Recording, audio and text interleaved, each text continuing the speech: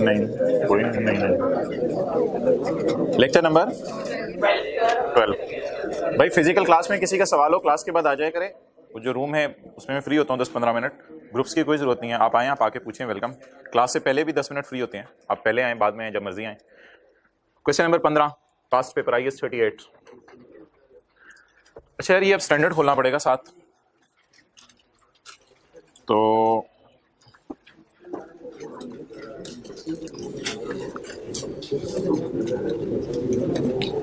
सबसे पहले जी, Dove limited commence development of new product on यकम जनवरी 2020। In this regard following expenditures have been incurred. Evaluation of possible alternatives. Development कब शुरू हुई है जी? यकम जनवरी 2020 को डेवलपमेंट शुरू हुई है। ये जरा दो लाइनें पहले पढ़ लेते हैं सवाल में।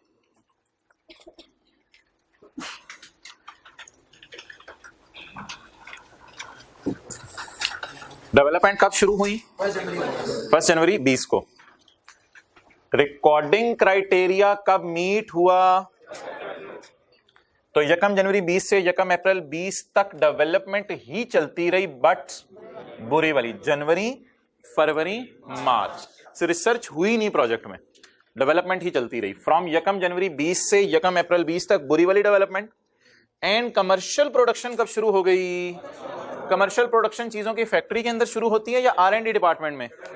इसका मतलब है R&D डिपार्टमेंट ने अपना प्रोजेक्ट किस वक्त हैंड ओवर कर दिया प्रोडक्शन डिपार्टमेंट को?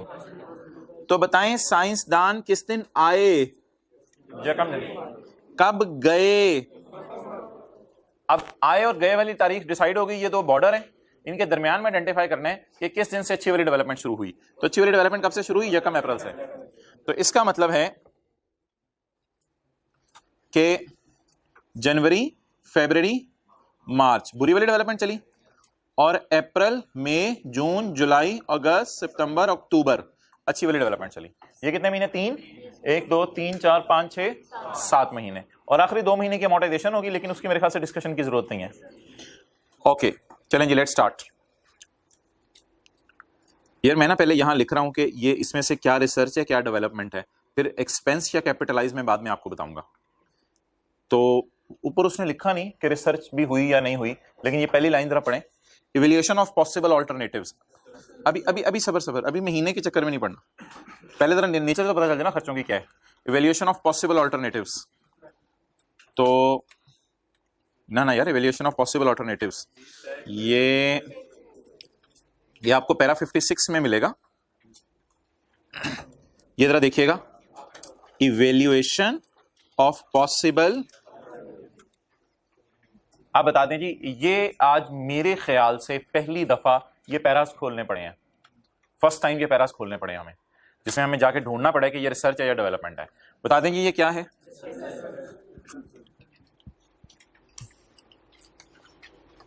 रिसर्च। प्री प्रोडक्शन प्रोटोटाइप्स का लफ्ज अब हमें ढूंढना पड़ेगा। प्री प्रोडक्शन प्रोटोटाइप्स, ये मैंने ओरिजिनल स्टैंडर्ड खोला हुआ है, पार्ट A1 A2 है। A1 में IFRS है, A2 में IAS है। अच्छा जी, प्री प्रोडक्शन प्रोटोटाइप्स, ये क्या है जी? डेवलपमेंट। क्लियर? तो इट इज, अभी अच्छी बुरी के चक्कर में ना पड़ो, मैंने डेट्स में टाइम ही है, अभी अच्छी बुरी में ना डिसाइड करो। पायलट प्लांट मेन प्लांट नहीं जिससे चीजें बननी है, पायलट प्लांट। याद रखिएगा, पायलट प्लांट टेंजिबल नहीं होता, पायलट प्लांट इनटेंजिबल्स की डेवलपमेंट में ही फॉल कर जाता है, क्योंकि ये छोटा सा प्लांट होता है चेक करने के लिए कि चीज बन रही है या नहीं। तो पायलट प्लांट ये इस काबिल नहीं होता कि कमर्शियल प्रोडक्शन हो सके, not of a scale economically feasible for commercial production. Commercial production इससे नहीं हो सकती, ये पायलट प्लांट है। तो हमने इसमें से बस अल्फाज ही ढूंढने, इससे ज्यादा और नहीं करना कुछ। ये किसमें फॉल कर गया? आगे चीजें रिसर्च डेवलपमेंट नहीं है, आगे इंशाल्लाह हैंडल हो जाएगा, आगे छोड़ें। अच्छा, अब रिसर्च तो कहां जानी है? पीछे मसला रह गया 17 का और 40 का। अब इसको जरा मिटाते हैं। फरवरी मार्च में डेवलपमेंट तो चलती रही, लेकिन रिकॉर्डिंग क्राइटेरिया मीट नहीं हो रहा था, इसलिए बता दें इस 17 को भी क्या कर दें? एक्सपेंस में। अप्रैल से जुलाई, अप्रैल मई जून जुलाई, अप्रैल से जुलाई अच्छी वाली डेवलपमेंट चलती रही, इसलिए इसको क्या करेंगे, कैपिटलाइज करेंगे। Fees to register legal right बताएं जल्दी जल्दी, कैपिटलाइज, ये तो नेसेसरी खर्चा है। अच्छा, कॉस्ट ऑफ मैन्युफैक्चरिंग सैंपल्स, एक minute, lecture one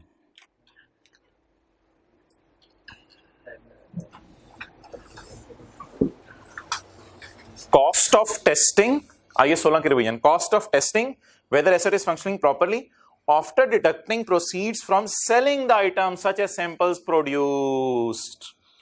testing cost में अगर कोई आप सैंपल बनाएं तो सैंपल बनाने के लिए दवाई का डब्बी इस्तेमाल होगी, शीशी इस्तेमाल होगी, मटेरियल इस्तेमाल होगा, लेकिन वो सैंपल सस्ते दामों बिकेगा तो नेट करके मैंने आपको कहा था कॉस्ट मालूम करनी है, और छोटी सी इसकी एग्जांपल भी करवाई थी। तो ये फर्स्ट क्लास में कॉन्सेप्ट पढ़ा था। सैंपल बनाने का खर्चा, ये आपका आउटफ्लो है, ये आपके पास से पैसे जाएंगे, यानी कि खर्चा है, कैपिटलाइज होगा। लेकिन इसकी एनआरवी 20 मिलियन है, वो जो पहली बात पड़ी, आफ्टर डिडक्टिंग सेल प्रोसीड्स। तो क्या ये रियलाइज कुछ करके देके जाएगा, नेट रियलाइज करके देके जाएगा? तो जब ये रियलाइज भी करके देके जाएगा और उधर से खर्चा भी हो रहा है, तो बताएं नेट करके सोचें या सिर्फ ये सोच लें ओ यार मेरा ना 32 मिलियन का खर्चा हो गया, या ये सोचें 32 मिलियन का खर्चा 20 देके जाएगा? तो मोहतरम इसको नेट करके जो है वो हम 12 को कैपिटलाइज करेंगे, इसको नेट करेंगे और 12 को कैपिटलाइज करेंगे। ये बात पहली क्लास में पढ़ी थी, इसलिए भूली होगी आपको, कोई मसला नहीं, रिवीजन नहीं की हुई थी ना। आगे brand building cost, brand building is advertisement. ये ब्रांड डेवलपमेंट नहीं, इसको आप कह सकते हैं कि अच्छी वाली डेवलपमेंट है। ब्रांड बिजनेस बिल्ड कर रहे हैं, या तो आप इसको इंटरनली जनरेटेड ब्रांड भी कह सकते हैं। अगर ये जहन में आया था आपके, मेरे ख्याल से इसमें भी कोई हर्ज नहीं है, इंटरनली आप ब्रांड बना रहे हैं तो ब्रांड बिल्डिंग कॉस्ट तो वैसे ही एक्सपेंस में जाती है, और असल में एक्चुअली एडवर्टाइजमेंट होती है। ब्रांड बिल्डिंग, अपना ब्रांड बनाना चाह रहे हैं, तो ब्रांड अपना बनाना चाह रहे हैं, तो अपना बनाना चाह रहे हैं या बना बनाया खरीद रहे हैं? तो ये तो इन एनी केस किस में जाएगा, एक्सपेंस में जाएगा। Okay, DL has also incurred directly attributable salaries and overheads. Directly attributable salaries and overheads. Directly para 67 overheads या selling admin expenses direct। अच्छा सैलरीज तो यार, ये सैलरीज तो बिल्कुल ही डायरेक्टली एट्रीब्यूटेबल का मतलब ये है कि ये कैपिटलाइज ही होनी है, ये तो कोई साइंसदानों की तनख्वाहें होंगी। फटा सिर्फ था ओवरहेड्स में, तो ओवरहेड्स आप आके देख लें कहां लिखा हुआ लफ्ज, ये पैरा 67 आपको बताया था, जनरल ओवरहेड्स। अगर डायरेक्टली एट्रीब्यूट हो तो ये आपने एसेट की कॉस्ट में ऐड करने हैं, और ये वो क्वेश्चन बैंक का क्वेश्चन 6 होमवर्क में दिया था, जिसमें ये एडमिन एक्सपेंसेस और जनरल एक्सपेंसेस जो है वो डायरेक्टली एट्रीब्यूट हो रहे थे। तो हमने कहा था एडमिन सेलिंग एक्सपेंसेस या ओवरहेड्स अगर क्या हो तो एसेट की कॉस्ट का पार्ट है, अगर ना हो तो एसेट की कॉस्ट का पार्ट। तो यहां से और कुछ हुआ नहीं हुआ, कम से कम आपको आज के बाद ये फिक्र हो गई कि स्टैंडर्ड का पैरा 67 और पैरा नंबर 659 और रिसर्च की एग्जांपल्स ये खोलनी पड़ सकती हैं कभी पेपर में, अगर कोई चीज समझ नहीं आ रही, बल्कि खोलनी चाहिए। कितना याद करेंगे, स्टैंडर्ड ले जाएं आराम से। ओके जी,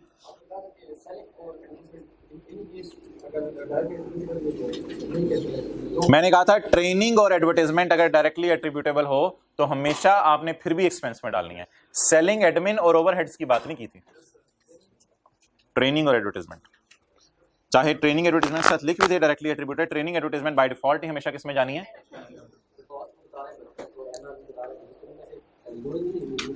ना ना ना ना ना ना, कहते हैं कॉस्ट है 32 एनआरवी है 20, इनमें से लोअर नहीं लेंगे।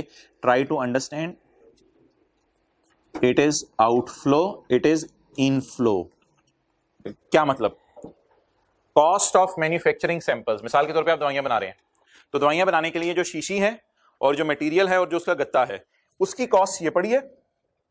अब रियलाइज उससे 20 मिलियन हो सकता है, नेट का लफ्ज क्यों लिखा है ये भी सुन लो। रियलाइज उससे 20 मिलियन हो सकता है, बाजार में जाके अब आप 20 मिलियन की ये चीजें बेच सकते हैं। दवाइयां सस्ती इसलिए बेचेंगे, 32 की चीज बना के पागल कोई 20 की नहीं बेचता, लेकिन इसलिए 20 की बेचेगा कि अभी सैंपल है। और नेट रियलाइजेबल उसने इसलिए लिखा है कि बाजार से हो सकता है रियलाइज 22 मिलियन हो, लेकिन 2 मिलियन बाजार में बेचने के लिए कोई खर्चा भी तो करना पड़ेगा, इस वजह से उसने शायद नेट का लफ्ज लिखा है।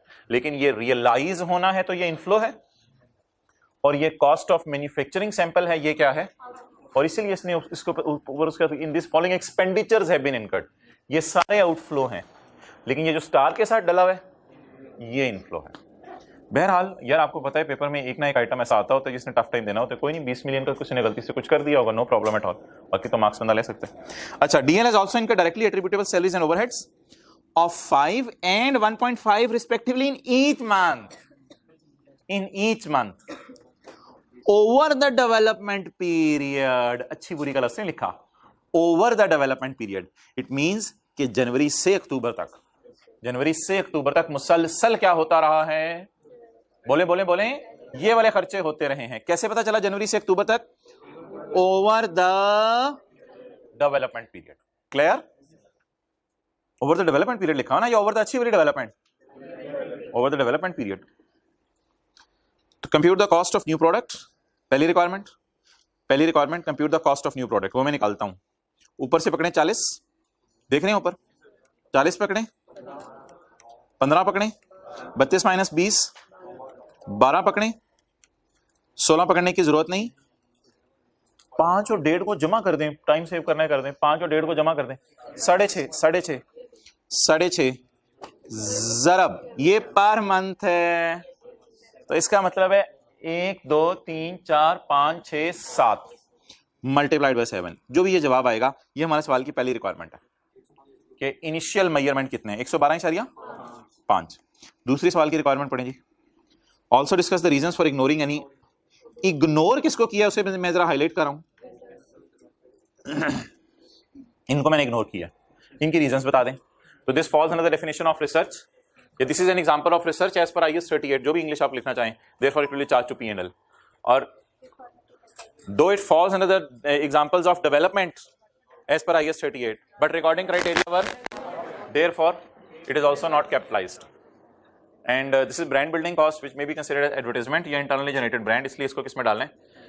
एक बात और लिख के आनी है, 5 जमा date 6.5 incurred in development phase of January, February, March will also be expensed because recording criteria of development was not met।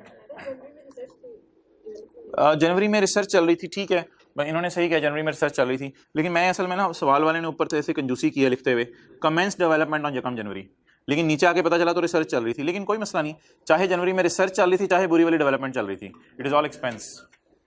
उसने पहली लाइन में ये भी तो लिखा हुआ ना, पायलट प्लांट होता है एक छोटा प्लांट बना के देखना जिससे एक बड़ी चीज बन सकती है या नहीं, तो सैंपल बेसिस छोटा प्लांट बना के देखना।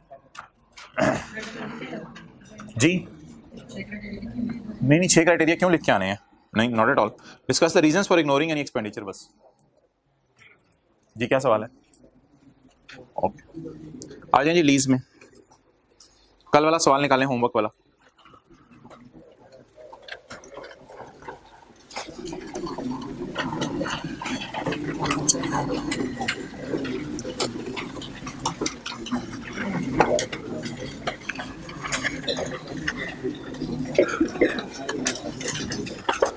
बैलेंस शीट अगर बनानी हो 31/12/10 की, 31/12/10 की अगर बैलेंस शीट बनानी हो तो हमारा, अच्छा ये ना आपकी नजर में मेरे ख्याल से थोड़ा सा ज्यादा आसान सवाल था, क्योंकि ईयर एंड 31 दिसंबर था। तो 31 दिसंबर 10 के साल की पेमेंट के नीचे अगर बैलेंस शीट बनानी है तो क्या करेंगे, 31 दिसंबर 10 की पेमेंट के नीचे लाइन लगाएंगे। अच्छा, सारी बातें छोड़ें,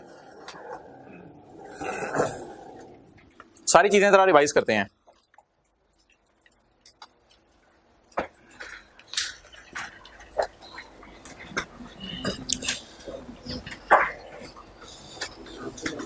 यकम जनवरी 2010 को एंट्री बताएं, right off use debit, lease liability credit. और यकम जनवरी 10 को ही एंट्री बताएं, lease liability debit cash credit. कल का होमवर्क वाला सवाल, लीज लायबिलिटी डेबिट, ये 2 एंट्री से हमारा गुजारा नहीं चलेगा, क्योंकि 2010 के साल का इंटरेस्ट बुक करना जरूरी है। 2010 के साल का जो इंटरेस्ट बुक करना है वो 31 दिसंबर 10 की रात को अनलकीली पे नहीं हो सका होगा, वो यकम जनवरी 11 की सुबह पे हुआ होगा। तो ये सिर्फ एक लाइन खोल के ना, ये पहली वाली, तो मैंने जो इंटरेस्ट बुक करना है वो देख लेता हूं कितना है। ये नजर तो किस दिन आ रहा है, लेकिन रिलेट किस साल से कर रहा है। जैसे दिसंबर का बिल अक्सर जनवरी में पे किया जाता है, तो इंटरेस्ट एक्सपेंस डेबिट इंटरेस्ट, मेरे ख्याल से this data is enough for journal entries. Yes for journal entries of 2010, for general entries of 31 दिसंबर 2010 एक चीज बस मिसिंग थी, इंटरेस्ट बुक कितना करना है। वो इंटरेस्ट बुक कितना करना है वो यहां से अवेलेबल है। तो this is all about general entries. Right off use debit, lease liability debit, और 31/12/10 की डेट डाल के interest debit, interest payable credit. Okay, और डेप्रिसिएशन की एंट्री कर लेना। अच्छा, अगला सवाल है P&L बनाना। पहले क्या रिवाइज कर लें, जनरल एंट्रीज। अगला क्या सवाल है, P&L में डेप्रिसिएशन जाती है और इंटरेस्ट जाता है। 31/12/10 का इंटरेस्ट एक्सपेंस कितना है, 6217.05। ये 31/12/10 का इंटरेस्ट है, ये भी यहां से नजर आ रहा है, बड़ी अच्छी पिक्चर नजर आ रही है, जबरदस्त कॉन्सेप्ट बन रहा है। 31/12/10 इंटरेस्ट एक्सपेंस यहां से नजर आ रहा है। और अगली बात, अब 31/12/10 की क्या बनानी है, 31/12/10 की बैलेंस शीट बनानी है। तो 31/12/10 की पेमेंट की एक बात, 31/12/10 की बैलेंस शीट बनाने के लिए 31/12/10 की पेमेंट के नीचे, तो जब 31/12/10 की पेमेंट के नीचे लाइन लगाई तो 31/12/10 की तो ये पेमेंट है, वो 10 के शुरू में ही हो गई थी, क्योंकि ये तो अगले साल की पेमेंट है। 31/12/10 की पेमेंट के नीचे लाइन लगा दें। अब ये करंट पोर्शन है और ये असल में है यही वाली फिगर, लेकिन इसमें से ये करंट है और ये बैलेंस शीट के अंदर चला गया। अच्छा, अब एक चीज सोचें, अब लाइन वगैरह नहीं कुछ करनी, 31/12/10 का इंटरेस्ट 31/12/10 को पे हो गया होगा, तो इसका मतलब है स्टिल वो पेएबल कितने बैलेंस शीट में डाल देना, कितना। अच्छा, और नोट बनाने के लिए क्या करना है, 31/12/10 की पेमेंट के नीचे 2011 वाली पेमेंट्स एक साल के अंदर अंदर, 2012 वाली पेमेंट्स एक साल के बाद 2 साल के अंदर अंदर, 2 साल के बाद 3 साल के अंदर अंदर 13 वाली पेमेंट्स, और 14 वाली पेमेंट्स 3 साल के बाद 4 साल के अंदर अंदर। लेकिन ये दोनों इकट्ठी होके आएंगी, क्योंकि देख लें ये 14 दोनों एक ही कैलेंडर में गिर रही हैं, तो ये एक ही साल के अंदर गिरी हैं, इसलिए ये दोनों इकट्ठी होके आएंगी। तो नोट बना हुआ था, लग रहा है बना हुआ था। तो कितने लोगों ने सवाल किया था, जरा हाथ खड़ा करें। ओके, होमवर्क वाला सवाल जरूर किया करें, छोड़ा मत करें। आज के नोट्स,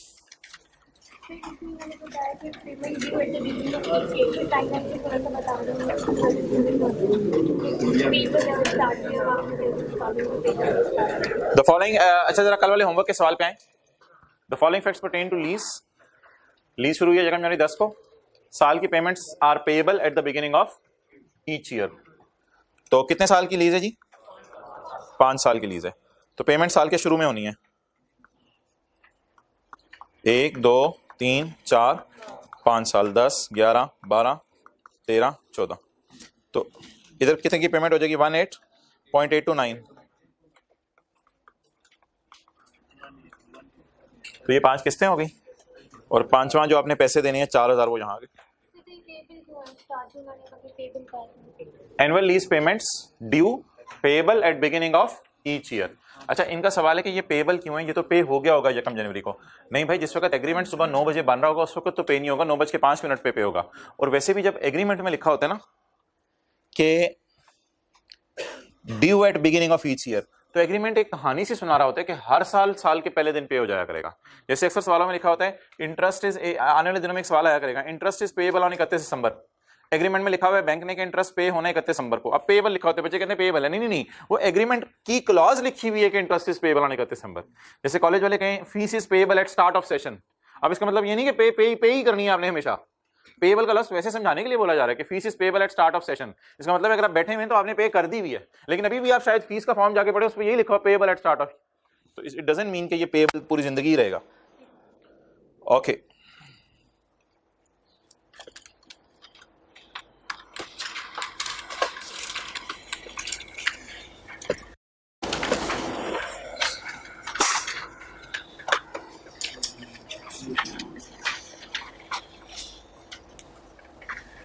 आज की क्लास लेक्चर 12 ये लेक्चर नोट्स होंगे हमारी किताब में, पेज 722 पे किताब आएगी, क्वेश्चन 5 उसमें होगा। लीज कमेंस कब हुई है जी,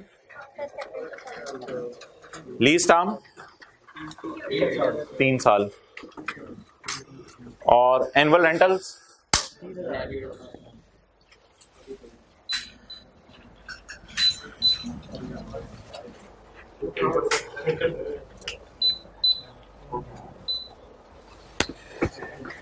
annual rentals payable in arrear.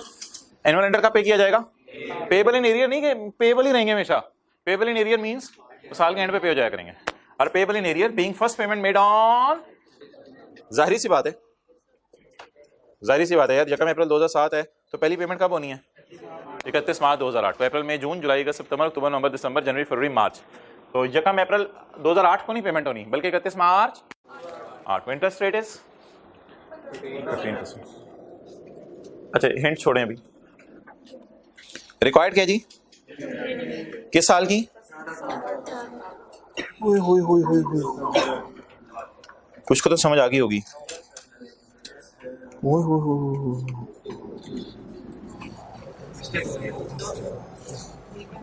यकम अप्रैल 7 को लीज शुरू हुई और 31 दिसंबर 7 को हमारा ईयर एंड आ गया। यानी लीज शुरू हुए भी कितने महीने हुए थे? 9 महीने। 3 लीज शुरू हुए भी कितने महीने हुए थे? 9 महीने। हमारा क्या आ गया? ईयर एंड आ गया। और किस्त कब पे होनी है? जनवरी, फरवरी, मार्च को। जनवरी, फरवरी, मार्च को।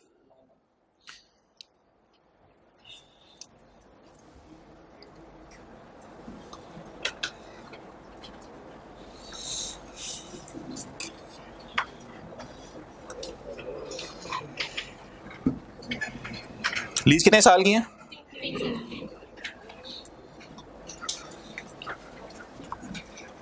2007, 8, 9, 10। ओके, यकम अप्रैल 7।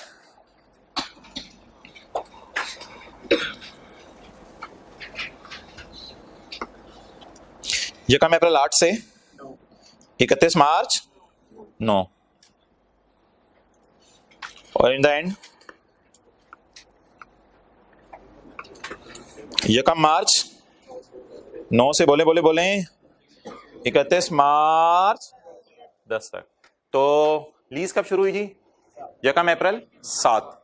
तो पहले साल का किराया का पे करने 31 मार्च 8। तो लीज का ईयर एंड 31 मार्च है, लेकिन हमारा अकाउंटिंग ईयर एंड 31 दिसंबर है। अच्छा, फिर अगला साल यकम अप्रैल से लेके 31 मार्च तक का किराया 31 मार्च को पे करेंगे। फिर यकम अप्रैल से लेके 31 मार्च तक का किराया 31। तो ये क्या चक्कर है कि लीज 3 साल की और स्प्रेड 4 सालों पे है। लीज 3 साल की और स्प्रेड 4 सालों पे है। सेशन 6 महीने का है आप लोगों का और स्प्रेड 2 सालों पे है। सेशन आपका 6 महीने का और स्प्रेड 2 सालों पे है। ये ऐसा पॉसिबल है?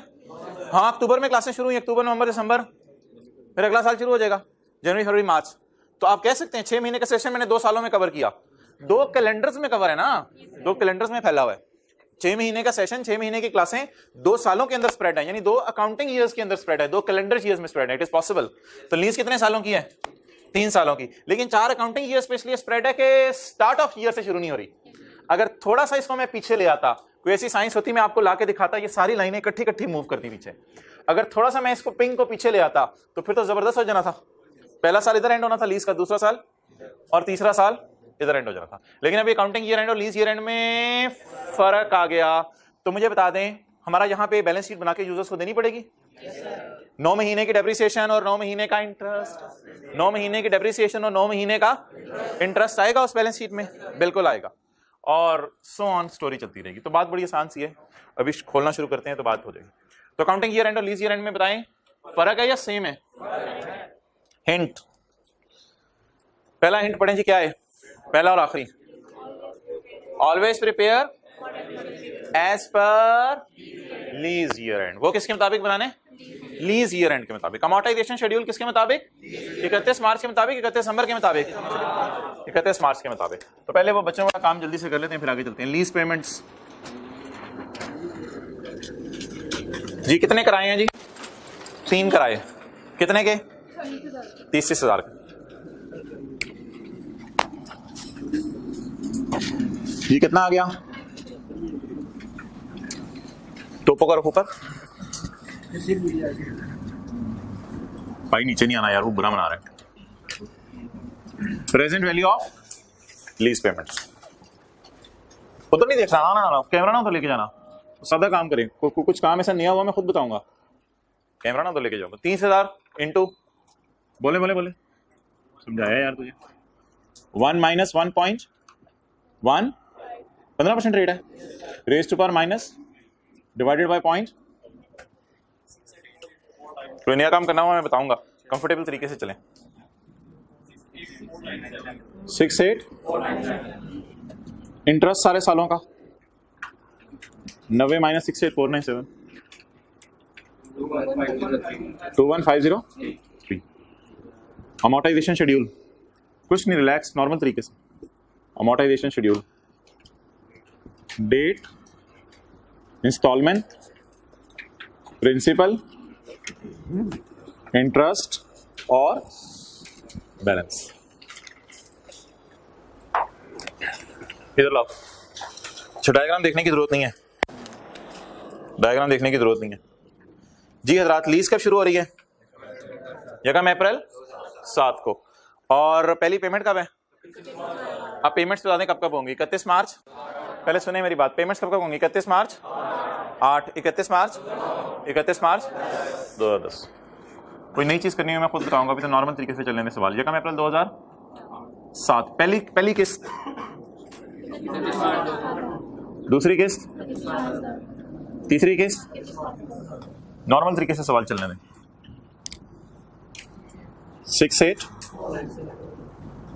497 और इधर 30,000 और शुरू कर, खत्म करें शेड्यूल बना ले सारे खुद ही, फिर आगे सीए करते हैं।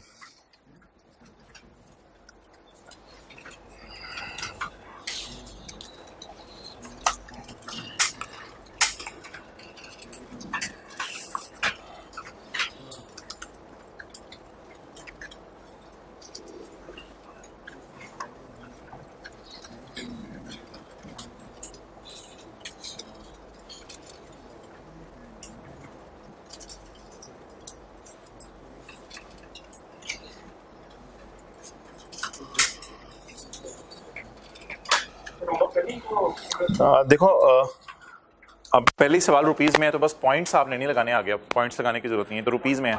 नहीं हाँ राउंड करो जी। 10275 1972 4877 73 22 26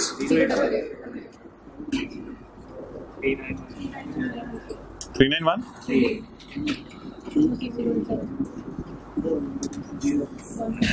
1 का डिफरेंस आ रहा है, कोई मसला नहीं। खैर आते हैं पेपर में इस तरह लिखे, कोई मसला नहीं। आपने कोई इसको सही नहीं करने बैठ जाना, ये 1 का डिफरेंस क्यों आ रहा है। 0 आ जाए, 1 आ जाए, 2 आ जाए, 3 आ जाए, कोई मसला नहीं।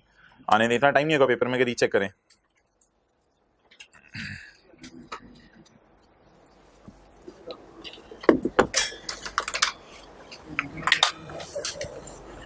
वैसे अक्सर किताबों में इस तरह फिर लोग कर देते हैं कि इधर देखते हैं ना 88 है तो इसको 88 कर देते हैं, तो ये 3912 लिख देते हैं। ठीक है, कोई फर्क नहीं आ रहा। वैसे इधर कितना आ रहा था 3913, तो फिर तो आएगा ना फर्क। 30,000 माइनस 3913 26087। कोई मसला नहीं, मैं जानबूझ के लिखा रहने दूंगा, पेपर में भी ऐसा होगा, लिखा रहने दीजिएगा, कोई मसला। ओके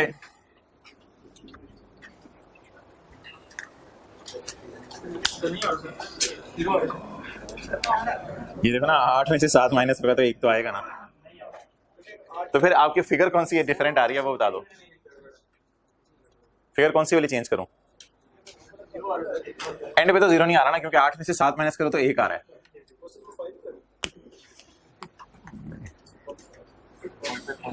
ओके ठीक है जी। तो वर्किंग 1 और वर्किंग 2 में हमें कोई नई चीज नहीं करनी पड़ी, और बिल्कुल परेशानी की बात नहीं कि अकाउंटिंग ईयर एंड और लीज ईयर एंड डिफरेंट है। लेकिन अमोर्टाइजेशन शेड्यूल के आपने ऊपर लिख लिया, यहाँ पे लीज ईयर एंड के एतबार से बनाना है। अकाउंटिंग ईयर एंड को आपने इग्नोर किया ना, लीज ईयर एंड के एतबार से बनाना। टोपों को ऊपर कर दो यार। यार एक ना जब शावर से चादर मिलती है ना, वो मैं मशवरा दूंगा सर्दियों में अपने साथ रखें, क्योंकि एसी 1-2 तो चला करेंगे, वरना बहुत हबस हो जाएगी। कुछ ना कुछ मैनेज करना पड़ेगा। चलिए पहले साल की general entries, year and 31 December 7, year and 31 दिसंबर 2007, पहला year and accounting year and.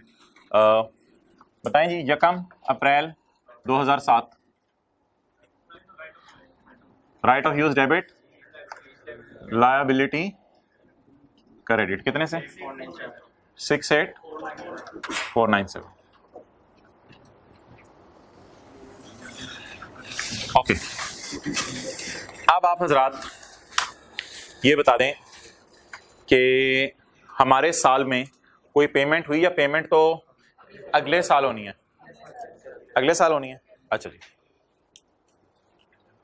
इधर ना मैं किसी वजह से एक जगह छोड़ रहा हूँ। इस जगह को छोड़ने का मुझे फायदा ये होगा कि अगले सालों में आपको प्रेजेंटेशन बड़ी अच्छी महसूस होगी, इस वजह से जगह छोड़ा हूँ, वरना पेपर में यहाँ जगह छोड़ने की कोई जरूरत नहीं है। लेकिन मैं जगह छोड़ा हूँ 3-4 लाइनें किसी वजह से, अगले सालों ये साल बड़ा अच्छे महसूस होंगे जी। 31/12/2007। अच्छा, अब आप मुझे बता दें, ये इंटरेस्ट, अच्छा एक चीज मुझे बताएं, मिसाल के तौर पे एक चीज बताएं कि फर्ज करें कि इतना एफिशिएंट हो जाए पाकिस्तान का सिस्टम कि 31/12 को बिजली का बिल आ जाए, 31/12 की रात को ही ऑनलाइन बिल आ जाए, और आप 31/12 की रात को बिल देख के 31/12 की रात को ही पे भी कर दें। 12 बजे बिल आए मीटर रीडिंग से कनेक्ट, और आप 12 बजे पे भी कर दें। तो ये बिल आपके 31 दिसंबर की तारीख का होता है या ये बिल दिसंबर के महीने का होता है? दिसंबर के महीने का होता है। जरा सोच के बताएं, 31 दिसंबर की रात को जो आप बिल पे करते हैं, 31 दिसंबर की रात को जो आप बिल पे करते हैं, वो 31 दिसंबर के दिन के बिजली इस्तेमाल करने का होता है या दिसंबर के महीने का होता है? पे किस दिन करते हैं? कितने अरसे का होता है? 1 महीने का।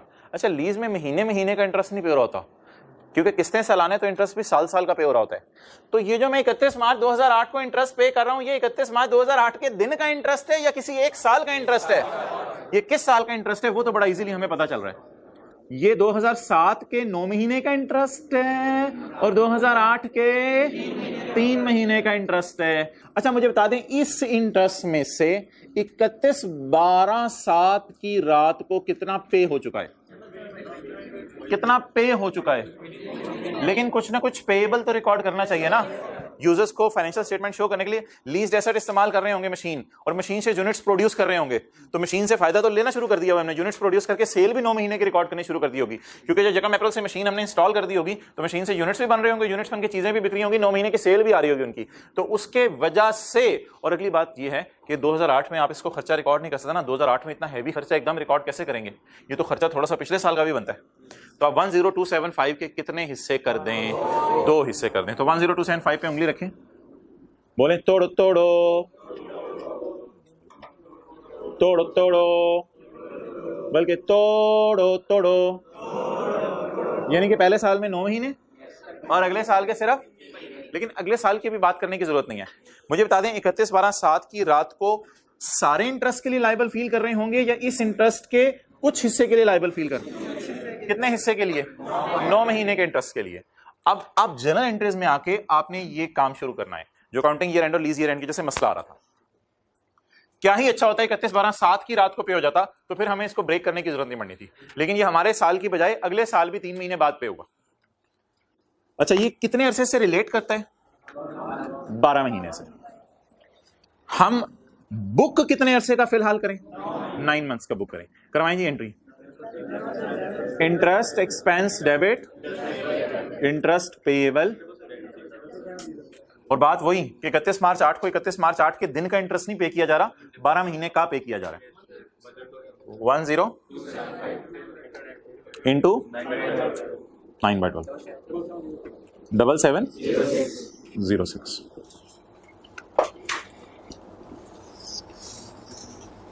डेप्रिसिएशन, डेप्रिसिएशन तो कोई ऐसे 9 महीने यूज हो आपको निकालनी आती है, वो इतना टफ टाइम नहीं है। 68497। लेकिन जब आप इसको डिवाइड करेंगे ना 3 ईयर्स से, तो ये 1 साल की डिडक्शन आती है। जैसे एक मिसाल दूं, ऊपर ऊपर ऊपर कोई 90 रुपए का एसेट है, उसको 3 से डिवाइड करें तो 30 1 साल की डिडक्शन है। 90 रुपए का एसेट है, इसको 3 से डिवाइड करें तो 30 1 साल की डिडक्शन है। तो ये 1 साल की डिडक्शन दे रहे हैं हमें कितने महीने की चाहिए? 17। तो 9/12 का इधर भी फैक्टर लगाया, इधर भी लगाया। 17124।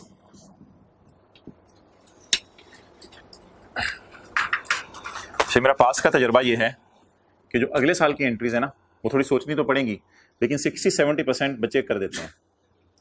60-70% बच्चे जो है अगले साल की एंट्रीज भी सही कर देते हैं। 5 मिनट आपको दे रहा हूँ, अब अगले साल की एंट्रीज कर लें, हो जाएंगी? मसला नहीं। एक दफा करके ना फिर साथ वाले के रजिस्टर से देखिएगा कि उसने क्या गलती की है। अगले साल की एंट्रीज ट्राई करें, पैटर्न यही रखें। ये जो खाली जगह जहां भी एक एंट्री होगी 31 मार्च की डेट डाल के ना, 31 मार्च को पेमेंट आनी है ना, अगले साल एसेट खरीदेंगे?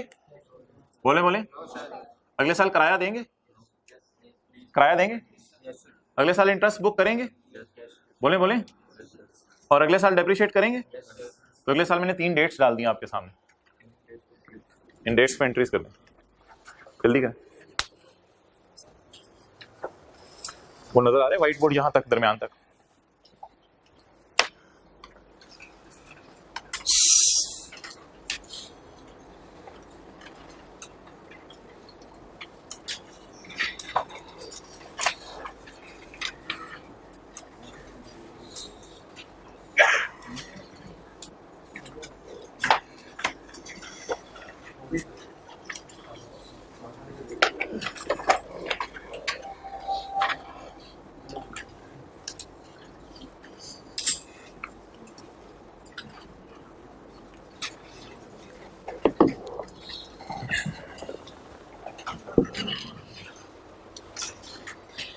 दिखाते रहो भाई जिसने एंट्रीज की हैं, हाथ खड़ा करें।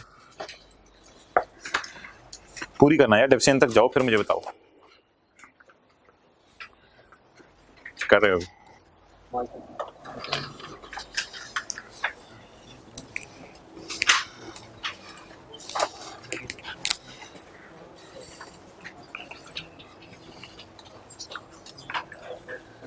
हाँ बस जाहिर तो ठीक लग रही है।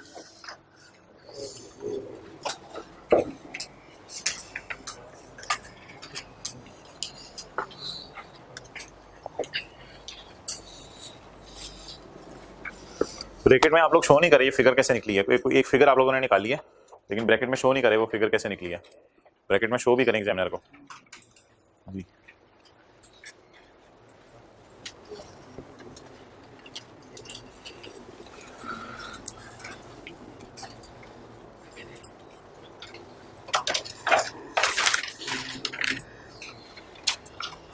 ठीक है,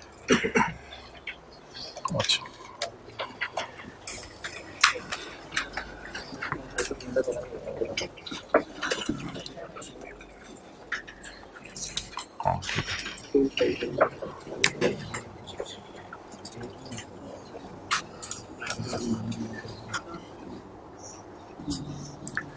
पता नहीं सवाल की रिक्वायरमेंट में कितने सालों की एंट्रीज हैं, लेकिन मैं 3 की करवाऊंगा, मैं 3 सालों की करवाऊंगा।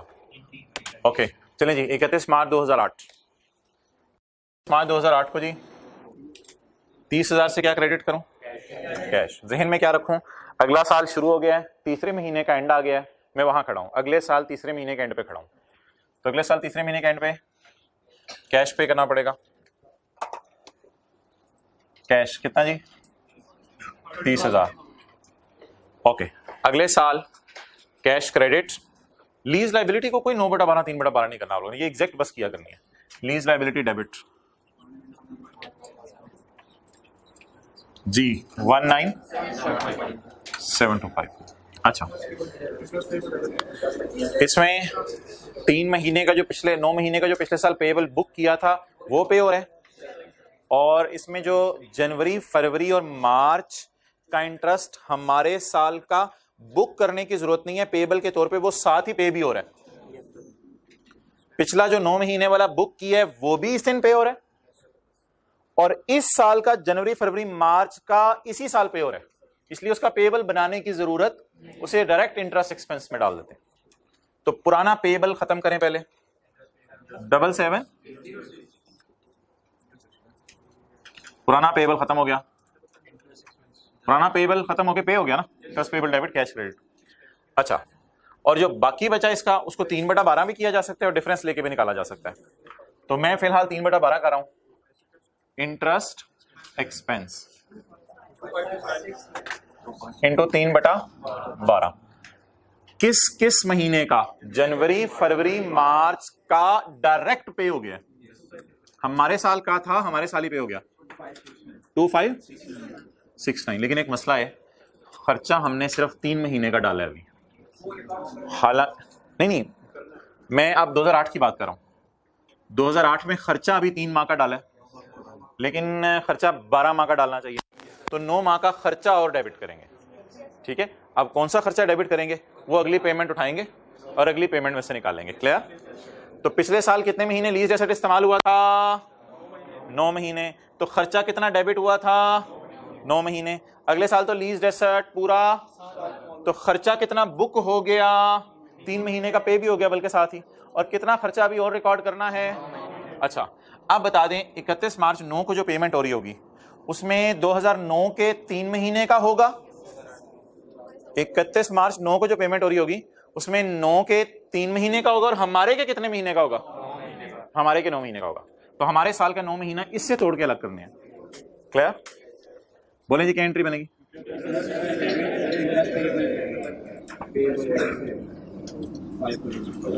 अच्छा, वैसे जरा आंखें बंद कर सोचें, 31/12/8 का इंटरेस्ट 31/12/8 को पे हो रहा है या अगले साल 2-3 महीने बाद पे होगा? अगले साल 3 महीने बाद पे होगा। उस फिगर को पकड़ें, कितनी है? 73 इंटू इसके 3/12 को धकेल देंगे अगले साल, 9/12 को अपने साल बुला लेंगे। बातें नहीं सुन सकते आप लोग ने, फिगर निकाल लेटर पे रखी होती है, मेरी बात खत्म होने का वेट कर रहे होते हैं। जैसे ही मैं बात खत्म करता हूँ आप अपनी फिगर ठोक देते हैं। 5487। तो यहाँ तक कितने लोगों ने एंट्री सही की थी? हाथ खड़ा करें। अच्छा, आइंदा से मैं कह दिया करूँगा 95% सही करते हैं बच्चे। Okay, depreciation debit, accumulated depreciation कटन दो। चलो जो फिगर लिखी हुई है वो पहले लिखवा दें। 222832।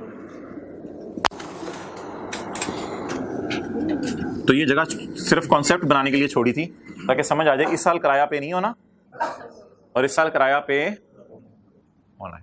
अब जरा रिदम आ गया, इंटरेस्ट भी बुक हो रहा है, डेप्सिन भी रिकॉर्ड हो रही है।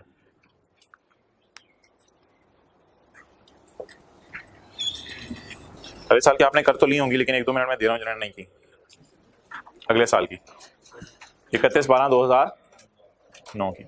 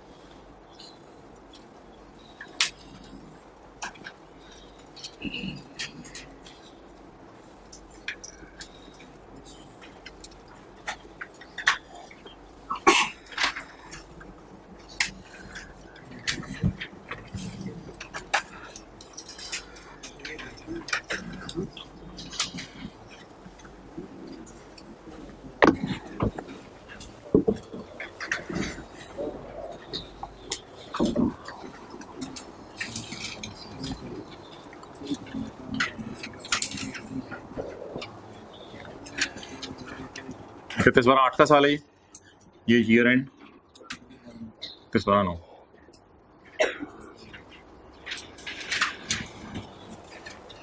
अच्छा, 31/12/9 के साल में पेमेंट 31/12/9 की तारीख को होगी या 3 महीने गुजरते ही हो जाएगी? 3 महीने गुजरते ही पेमेंट हो जाएगी। एसेट दोबारा खरीदा तो नहीं जाएगा कोई? 31 मार्च 9 जी नहीं, इससे तरतीब से चला करो। कैश कितने से जी?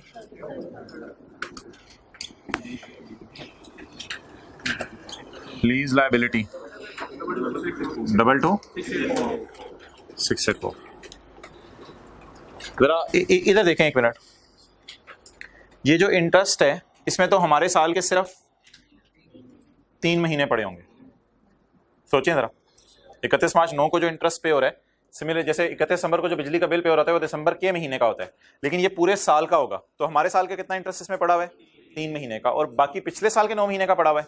उस पेबल को पहले खत्म कर लेते हैं।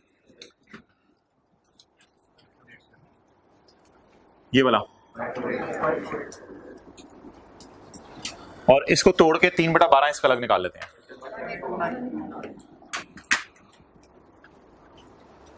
7316 into 3/12 जी 1829।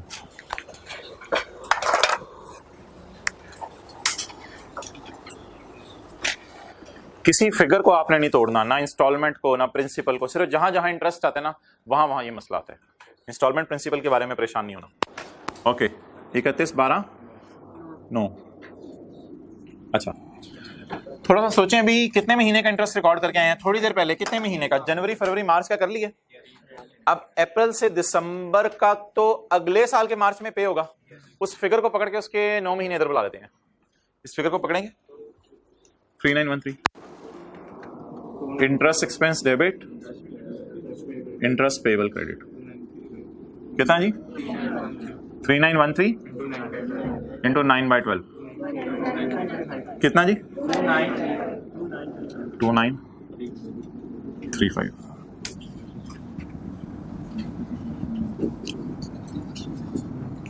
ये वाली इसलिए यूज नहीं हो सकती थी कि ये 9 महीने की थी, लेकिन ये वाली अब यूज हो सकती है। 22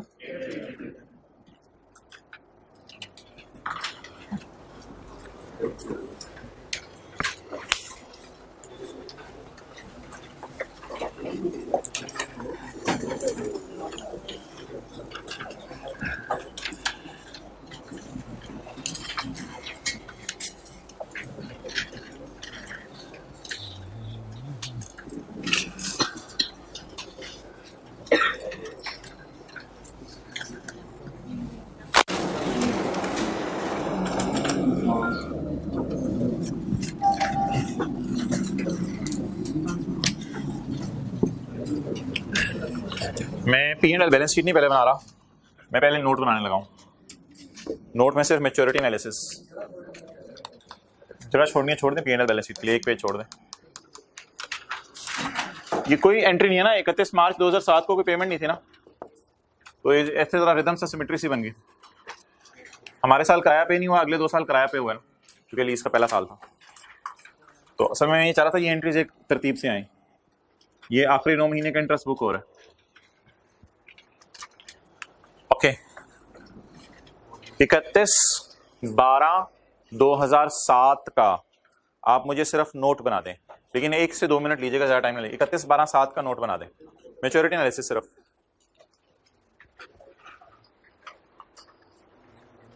कोई तोड़ने छोड़ने की किसी चीज की जरूरत नहीं पड़नी आपको, सिंपल तरीके से नोट बनना है, 30 सेकंड्स भी नहीं लगने।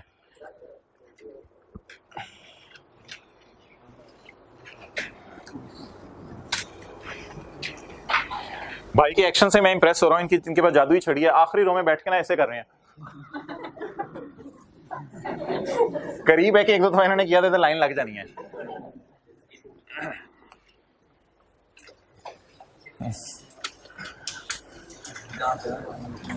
दीदार नहीं करना।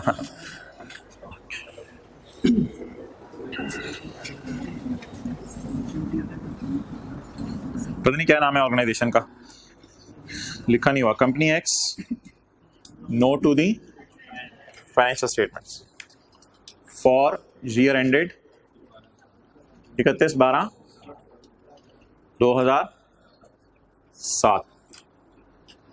नोट नंबर 7 फर्ज करें, लीज इंग्लिश, और 7.2 maturity analysis contractual undiscounted lease payments.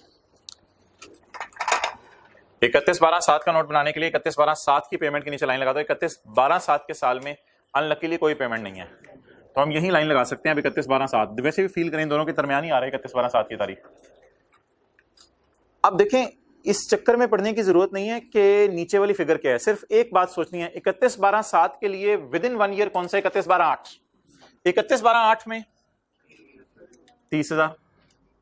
31/12/7 के लिए 2008 अगर लेस देन 1 ईयर है तो 2009 का कैलेंडर, तो 2009 के कैलेंडर में ये पेमेंट हो रही है, चाहे 1 जनवरी 9 को हो रही है, चाहे 31/12/9 को हो रही है, चाहे 31 मार्च को हो रही है। बस पूरे 2009 में कितनी पेमेंट्स हो रही हैं?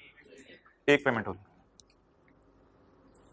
2010 के कैलेंडर में चाहे 1 जनवरी 10 को हो रही है, चाहे 31/12/10 को हो रही है, चाहे 31 मार्च 10 को हो रही है, हो तो 2010 के कैलेंडर में रही है ना। शुक्र है कैलेंडर ईयर आसान है समझने के लिए, तो हो तो मार्च के अंदर रही है। तो बताइए कितना आ गया? 30,000 लेस देन 1 ईयर। जरा बताएं लेस देन 1 ईयर कौन सा साल होता है? अगर 31/12/7 है, 18 तो नहीं मैं बोल रहा था, मादरत मुझे लग रहा था।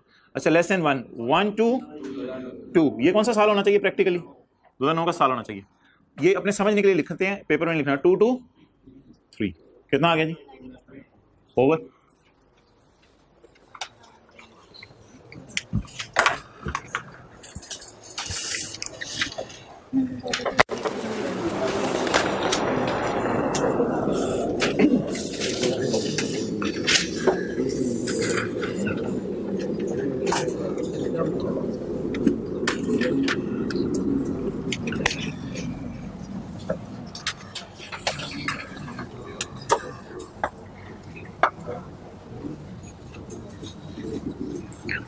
होमवर्क का सवाल साथ साथ करेंगे तो चीज़ों पे ग्रिप आएगी।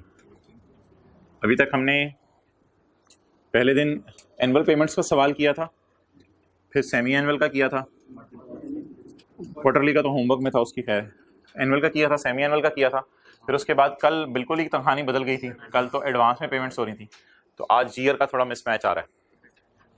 अच्छा, अब जनरल एंट्रीज मैंने इसलिए मिटा दी हैं कि जनरल एंट्रीज से आप कोई फिगर यूज़ नहीं करेंगे, आपने डायरेक्ट अब फिगर्स निकाल ली हैं। अब आप P&L बना दें along with all supporting workings. 31 दिसंबर 8 का और 31 दिसंबर 7 का, 2 सालों को ही बना दें। SOCI भी कहते हैं इसे, P&L भी कहते हैं। डिप्रिसिएशन एक्सपेंस वो मुझे वहीं से निकलवा दें। 9 महीने का कितना निकला था जनरल एंट्री से? हाँ जी 1712 और डेप्रिसिएशन पूरे साल की थी 22,832। चलें जी, interest expense along with supporting workings show करें आप। 31/12/9 का भी बना दें, 31/12/9 का भी बना दें P&L।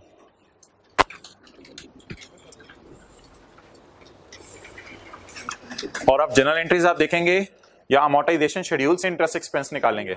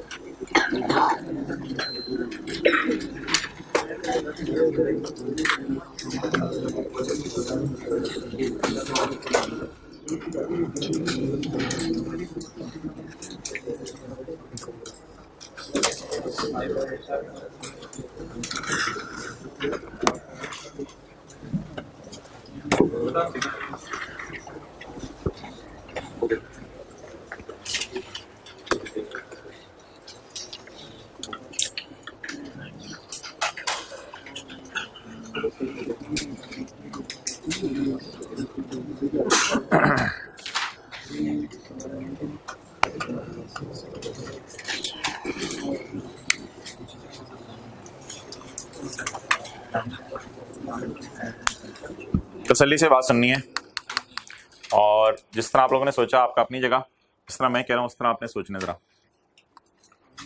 31/12/7 में मुझे पता होना चाहिए इंटरेस्ट एक्सपेंस कितना है। तो 31/12/7 का इंटरेस्ट एक्सपेंस 31/12/7 की तारीख से उठा लेता अगर 31/12/7 को किराया पे हो रहा होता। तो 31/12/7 का इंटरेस्ट 31/12/7 की तारीख से इसलिए नहीं उठाया जा सकता कि 31/12/7 की रात को किराया पे नहीं हो रहा। तो 31/12/7 का इंटरेस्ट फिर मुझे मजबूरन, जैसे दिसंबर का बिल बेटा कितना आया है अबू, जनवरी में मैं जो पेमेंट करने गया था वो देख के आपको बता देता हूँ। बेटा दिसंबर में बिल कितना आया है अबू, जनवरी में मैं पैसे देने गया था वहीं से मैं देख के बता सकता हूँ आपको। तो सिमिलरली दिसंबर का इंटरेस्ट अगले साल मार्च में जो इंटरेस्ट पे किया है उसमें को पड़ा होगा। तो 31/12/7 के साल का इंटरेस्ट 31/12/7 से तो उठ नहीं सकता। तो 31 मार्च 8 के इंटरेस्ट के 3 महीने तो अगले साल के, हमारे साल के 9 महीने उठा लेते हैं। तो ये before going into amortisation schedule I planned first कि 31/12/7 का इंटरेस्ट 31/12/7 को मुझे नजर नहीं आएगा, 31 मार्च 8 वाली फिगर साल की पड़ी हुई है, उसमें से 9 महीने का इधर बुला लेता हूं जी। 10275 इंटू 9/12 7706। अच्छा, ये तो लीज का पहला साल था। अगली प्लानिंग जरा गौर से सुननी है।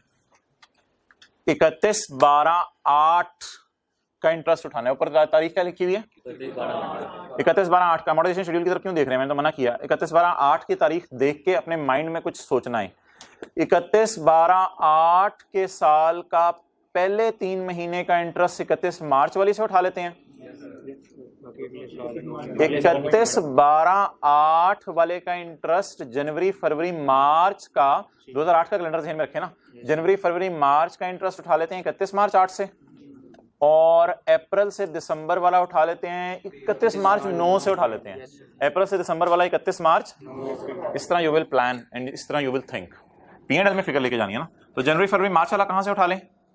31 मार्च 8 से, और अप्रैल से दिसंबर वाला 31 मार्च 9 से। बस ये प्लान करके जाना है और फिर आपने एप्लीकेशन करनी है सिर्फ इसकी।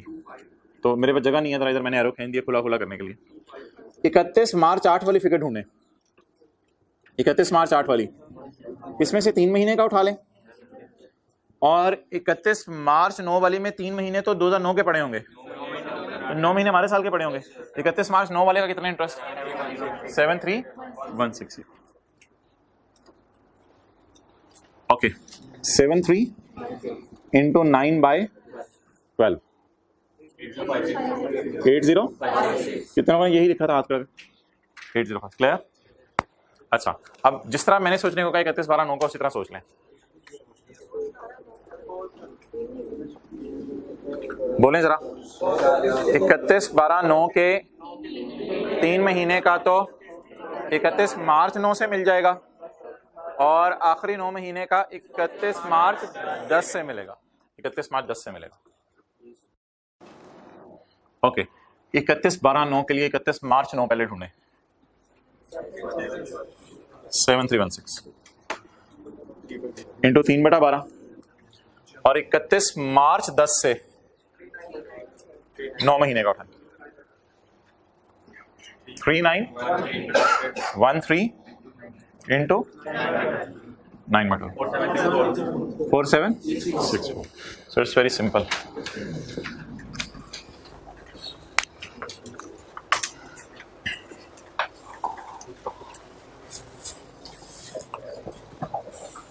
चला दें भाई, एसी एयर कंडीशनर चला दें।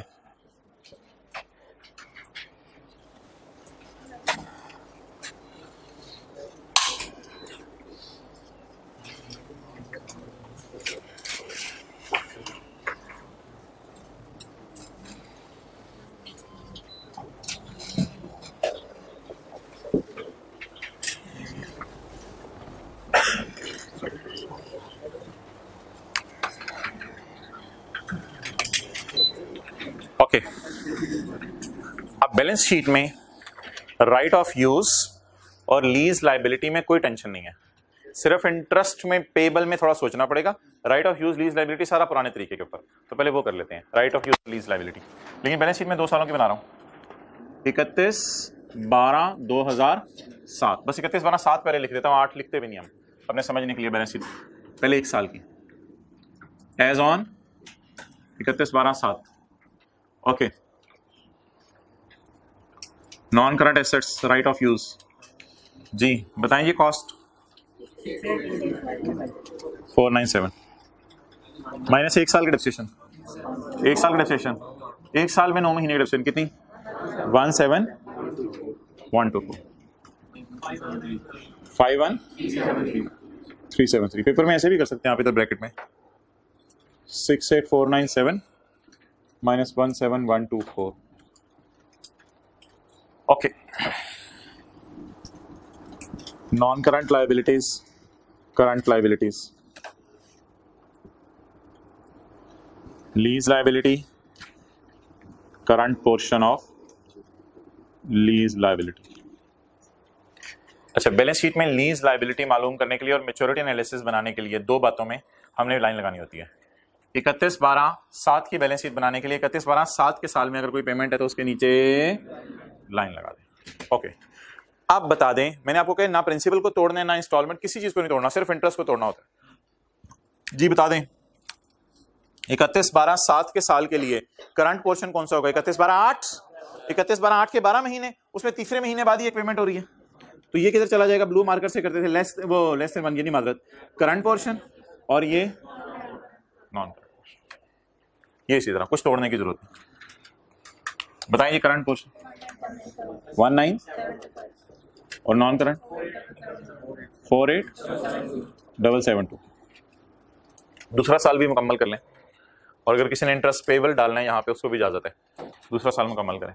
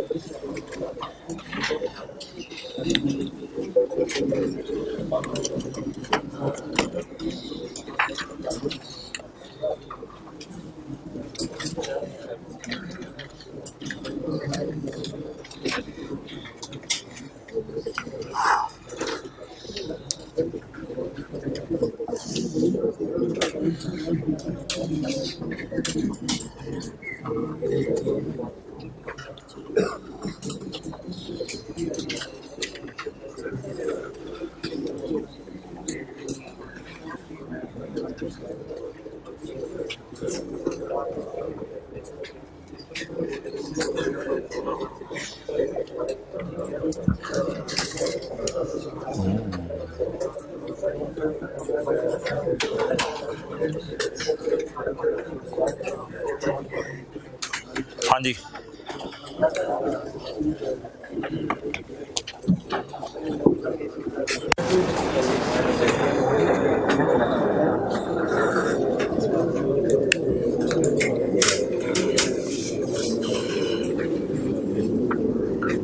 इकतीस 12/2007 को ही पहले मुकम्मल कर लेते हैं। अब जिस तरह सोचने को कहा जा रहा है उस तरह सोचिएगा। 31/12/7 का इंटरेस्ट यानी 1 अप्रैल को लीज शुरू हुई थी ना, 1 अप्रैल से 31 दिसंबर 7, 31 दिसंबर 7 का इंटरेस्ट 31 दिसंबर 7 की रात को पे हो गया होगा। 31 दिसंबर 7 का इंटरेस्ट 31 दिसंबर 7 की रात को पे हो गया होगा। सोचें, नहीं पे हुआ होगा। कब पे हुआ होगा? 2-3 महीने बाद दिसंबर का बिल 31 दिसंबर को पे हो गया होगा। नहीं, इसलिए बैलेंस शीट में पेबल्स नजर आते हैं। 31 दिसंबर 7 की रात का इंटरेस्ट 31 दिसंबर 7 को पे हो गया होगा। नहीं, अगले साल मार्च में जाके पे होना है। तो 31/12/7 की रात को फिर इंटरेस्ट के लिए हम क्या फील कर रहे होंगे? लायबल फील कर रहे होंगे। तो पूरे 12 महीने के इंटरेस्ट के लिए या अभी लीज शुरू हुए सिर्फ 9 महीने हुए हैं? तो बता दें 31/12/7 का इंटरेस्ट किस दिन पे होगा? 31 मार्च 8 को। तो 31/12/7 को उस 31 मार्च 8 वाले में से कितने के लिए लायबल फील कर रहे होंगे? 9 मंथ्स के लिए। तो इंटरेस्ट पेएबल। अब लाइन कोई नहीं भाई, लाइन अब मिटा के ये ज़बानी सोचा करना है। इंटरेस्ट हमेशा ज़बानी सोचा करना है। लीज लायबिलिटी के लिए और मैच्योरिटी एनालिसिस के लिए लाइन यूज करनी है बस। ये जो इंटरेस्ट पेएबल है ये वाली तारीख आंखों के सामने रखनी है और सामने रख के सारी डिस्कशन ज़हन में सोचनी है। जी बोलें। 10275, लेकिन इसमें तो अगले साल के 3 महीने भी होंगे। तो हमारे साल के 9 महीने का तो पे नहीं हुआ ना। जी 0006 क्लियर। ओके अच्छा मैं ना ये डिस्कशन जरा साथ ही खत्म कराऊं कि मैं 31/12/8 का जरा इंटरेस्ट पेबल पहले मालूम कर लूं। 31/12/8 का इंटरेस्ट पेबल। अच्छा सोचने का तरीका देखिएगा। सबसे पहले आपने देखना है किसको, 31 दिसंबर 8 की तारीख को। 31 दिसंबर 8 का जो साल है उसमें जनवरी फरवरी मार्च अप्रैल मई जून जुलाई अगस्त सितंबर नवंबर दिसंबर 12 महीने हैं। 31 दिसंबर 8 के साल के पहले 3 महीने का इंटरेस्ट 31 मार्च को पेड है, पेड है या पेबल है? जनवरी फरवरी मार्च वाला 31 मार्च को पेड है, तो फिर जुलाई से दिसंबर वाला अगले साल पे होगा। तो 31 दिसंबर 8 की रात को 9 महीने वाला पेबल है। गलती से किसी ने 12 महीने तो नहीं पेबल में डाल दिए थे। तो जनवरी बोले 2008 का कैलेंडर ध्यान में रखें। 2008 जनवरी फरवरी मार्च और अप्रैल से दिसंबर। तो 2008 के साल का 3 महीने वाला इस दिन पे हो गया तो पेड है। तो ये 9 महीने वाला यहां पे खड़े होके जैसे बिजली का बिल जनवरी से लेके नवंबर वाला पेड होता है, दिसंबर का पेबल होता है। तो सिमिलरली 3 महीने का इंटरेस्ट का पे हो गया 31 मार्च को, और जुलाई से अप्रैल से दिसंबर तक का पे होगा। कब पे होगा? 31 मार्च 9 को। तो 31 मार्च 9 को जो पे होगा उसमें से हमारे महीने का कितने पेएबल है? 9 मंथ्स का। कितना जी? 73 इंटू भाई वो तो ये तो पी एंड एल था ना, इसमें तो हमने पहले 3 महीने का भी डालना था। ये तो खर्चा डाल रहे थे, इधर खर्चा डाल रहे हैं और उधर पेएबल डाल रहे हैं, इनको मिक्स नहीं करना आपस में। जी जी हाथ खड़ा करें, यही फिगर लिखी थी, यही फिगर लिखी थी लेकिन हाथ खड़ा नहीं किया। वो हाथ खड़ा करें, कर दिया। अच्छा जी नाउ 31 दिसंबर 8 की बैलेंस शीट बनाने के लिए 31 दिसंबर 8 की पेमेंट के नीचे जादुई लाइन लगा दें। 31/12/9 करंट ईयर और 31/12/9 के बाद अगला सारा नॉन करंट। गाइस बोले 22 बोले 22 684 2 अब वापस आ जाएं 6088 51373 माइनस 1 साल की डेप्रिसिएशन 22 83 2 28 54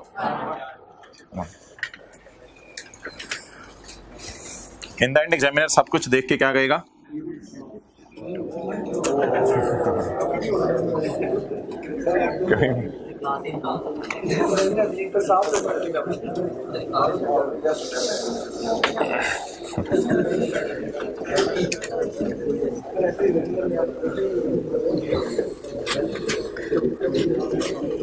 इधर लाओ कैमरा।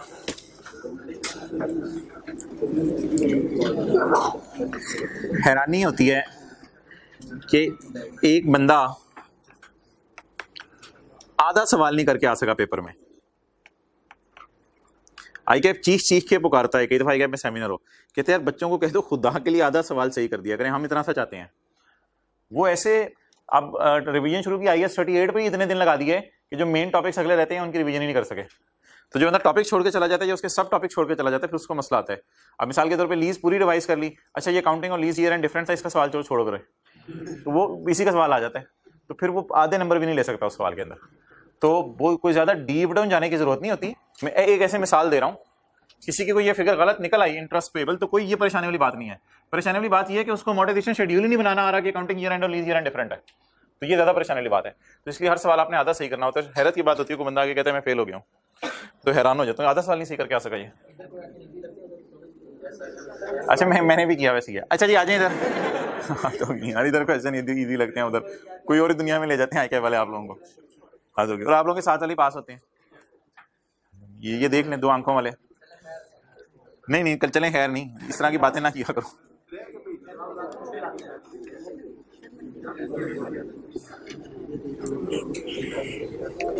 मंडे के जो टेस्ट है उसमें लेक्चर 1 से 11 कर लें, आज वाला ना डालें। मंडे को जो टेस्ट है उसका कर लें सिलेबस, लेक्चर 1 से 11।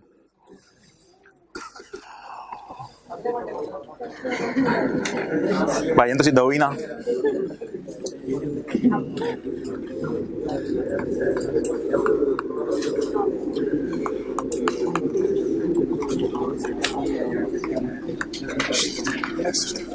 साथ वाले का हाथ पकड़े और हाथ पकड़ के रशीद लेसर दी काउंटिंग शुरू होने लगी। हाँ साथ वाले का हाथ पकड़े, हाँ रशीद लेसर दी काउंटिंग शुरू, मेरी लेसी थी नहीं मुक्की है थे लेसर दी शुरू हो गई।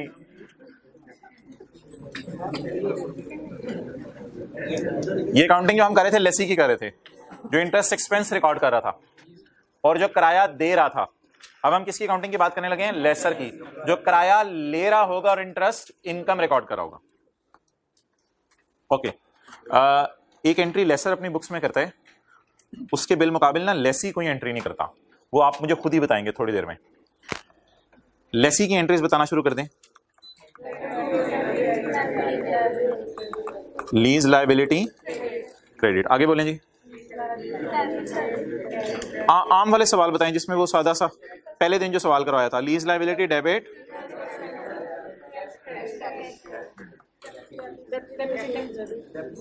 देखें ना, क्योंकि राइट ऑफ यूज है फिर डेप्रिसिएशन भी आएगी, लायबिलिटी है तो इंटरेस्ट भी आएगा। तो depreciation debit, cumulated depreciation credit. Clear? अच्छा, अब आप मुझे ये बताएं, बस ये काफी हो गया जी, जनरल एंट्रीज में करा रहा था।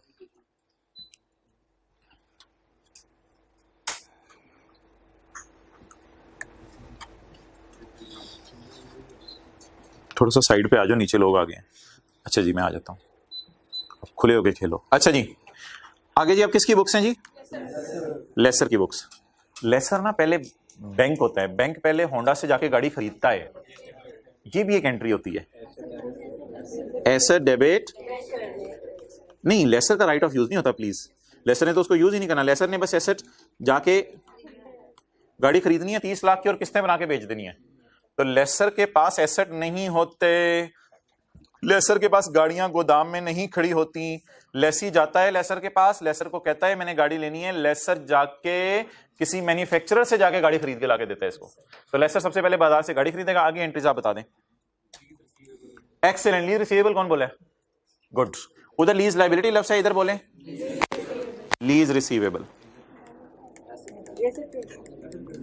और जाहिरी बात है डेटर बुक कर लिया उसने, उसने क्रेडिटर बुक किया था, इसने डेटर बुक कर लिया है। और ऑब्वियसली क्रेडिट फिर दोबारा कैश नहीं। आप कौन सा कैश? ये वाला एसेट खत्म करें ना जो ऊपर आ रहा है, ये वाला एसेट। ये एसेट पहले खरीदे, खरीद के किसको दे दिया? अच्छा, आप बता दें लेसी जब एसेट लीज पे लेते हैं तो क्या एंट्री करता है? Write off use debit. और लेसर जब एसेट लीज पे देते हैं तो क्या एंट्री करता है? Lease receivable debit, asset credit. अगली एंट्री बता दें खुद ही। कैश डेबिट,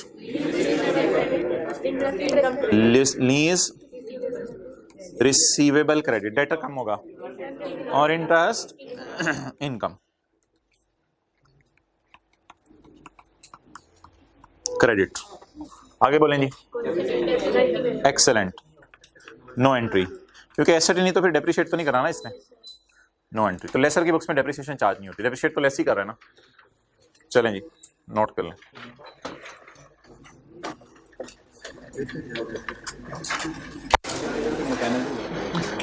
एक मिनट, अगर इधर मैं ये सारी चीजें लिख दूं, क्या बोलें? बोलें लेसर बॉट एसेट। लेसर ने एसेट खरीदा तो लेसी तो कोई एंट्री नहीं करेगा ना फिलहाल। आगे बोलें lessor leased asset, rent received और डेप्रिसिएशन। रिसीव्ड पेड जो मर्जी समझ लें आप, वो आपकी मर्जी है।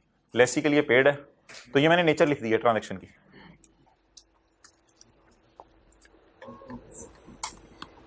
Nature of transaction.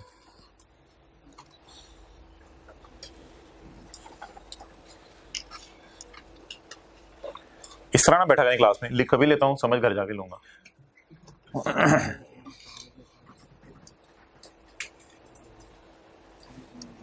तू लिख रहे ना, तस्वीर खींच के मुझे भेज दी, मैं शाम को देखूंगा, टाइम मिला तो मैं भी नजर मार लूंगा एक दफा।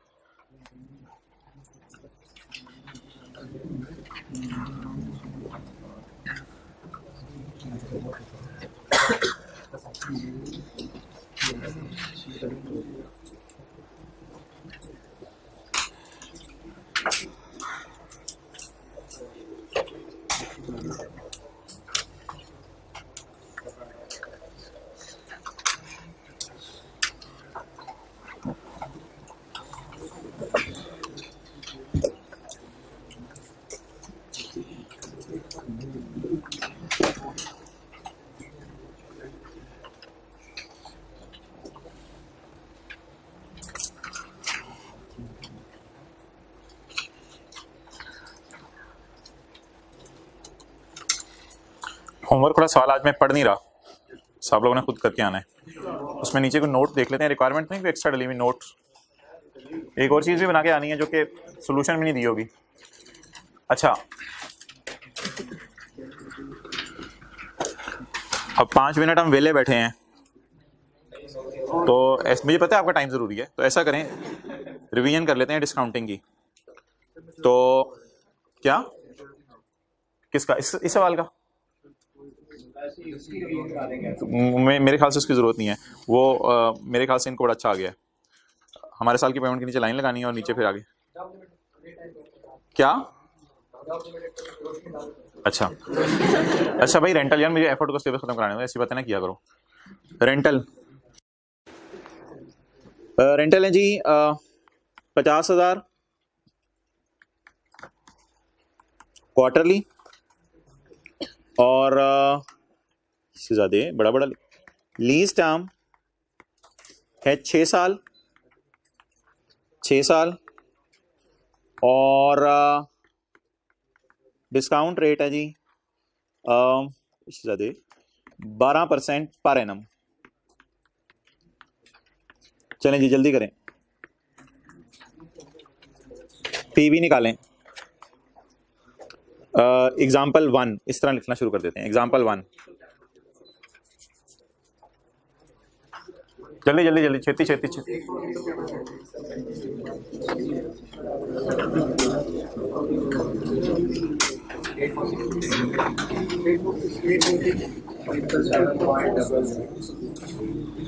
अच्छा जी, अगर रेंटल को क्वार्टरली इसको एनुअल में कन्वर्ट कर दे, ना ना ना ना, हो ही नहीं, तो वो तो गलत बात है। शेड्यूल ही आपने इस तरह बनाना है। अच्छा जी, अब आप मुझे ये बताएं, साल कितने हैं? 6। साल में कितने क्वार्टर आते हैं? 4। जनवरी फरवरी मार्च पहला क्वार्टर, अप्रैल मई जून दूसरा क्वार्टर, जुलाई अगस्त सितंबर तीसरा क्वार्टर, अक्टूबर नवंबर दिसंबर चौथा क्वार्टर। साल में कितने क्वार्टर आते हैं? 4। साल कितने? तो 6 साल में 4 क्वार्टर आते हैं, तो इसका मतलब है हर क्वार्टर में, हर साल में 4 पेमेंट्स होंगी, तो 6 सालों में 24 पेमेंट्स होंगी। 24 की 24 को डिस्काउंट करना है, 24 की 24 को डिस्काउंट करना है। 50,000 इंटू 1 माइनस 1.129, तो रेट यूज होगा 12% इंटू 3/12, कितना? 3%। 1.03 raise to power minus 24 divided by 0.03, 846,777, 846,777। Okay,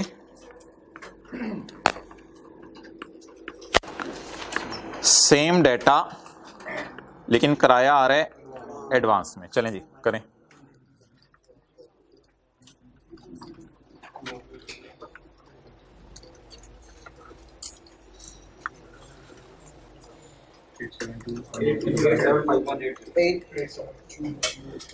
break लगी भाईजान 8 बोल के।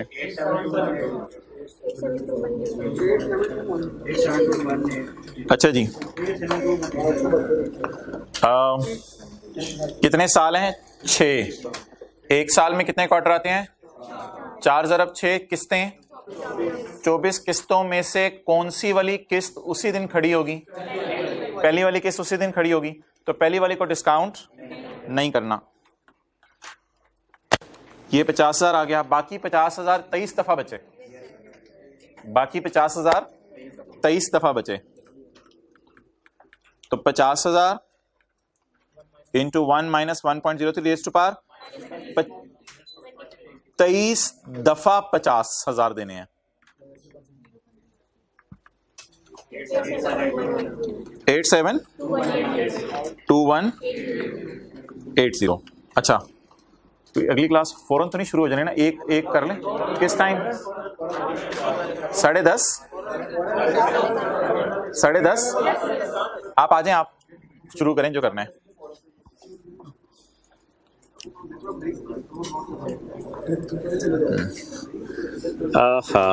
ब्रेक्स यार, आराम कवर में ही करना है, आराम नहीं है जिंदगी में।